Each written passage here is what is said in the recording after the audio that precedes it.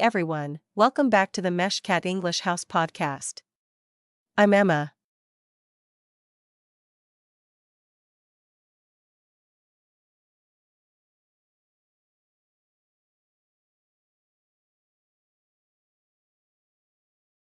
And I'm Jack. Today, we're going to talk about something that affects everyone, no matter where you live or what you do money. But here's the twist, we're also going to help you improve your English while we talk about it. So, you'll learn how to manage your money better and how to talk about it more confidently. We'll give you 5 practical tips. Each tip will include money advice and useful English vocabulary, plus example sentences you can use in real conversations. Let's get into it. Here's our first tip.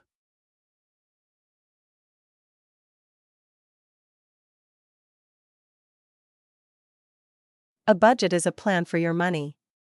It's where you decide in advance how you're going to spend your income, the money you earn, and how you'll manage your expenses, the money you spend. You could decide that $7,000 will go to rent, $5,000 to food, $2,000 to transportation, $3,000 to savings, and the rest for other needs. Having a budget means you're telling your money where to go instead of wondering where it went. In English, you might say, I love how you said telling your money where to go. That's exactly it. Without a budget, money just disappears and you don't even know how. A budget gives you control.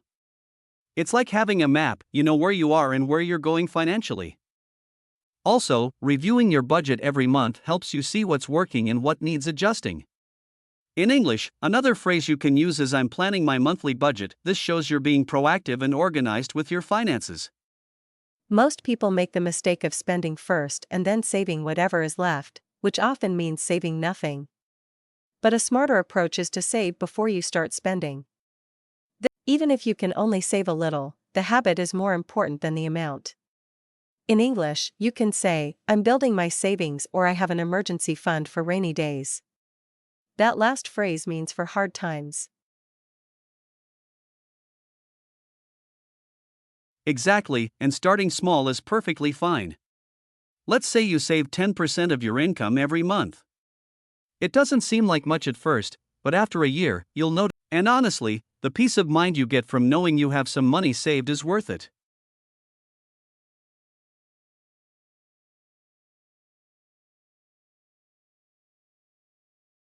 Impulse buying is when you buy something suddenly without planning, usually because you feel an emotional pull. Maybe it's on sale, maybe it looks attractive in the shop, or maybe you're just bored. In English, you can say, I'm trying to cut back on impulse buys, which means you're reducing the amount of unplanned shopping you do.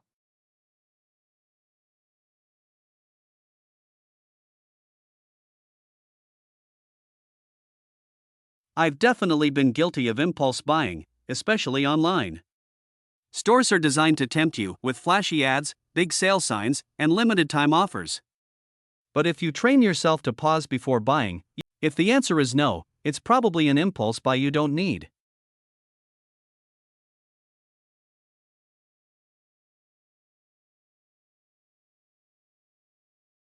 To negotiate means to discuss and agree on a better price or deal.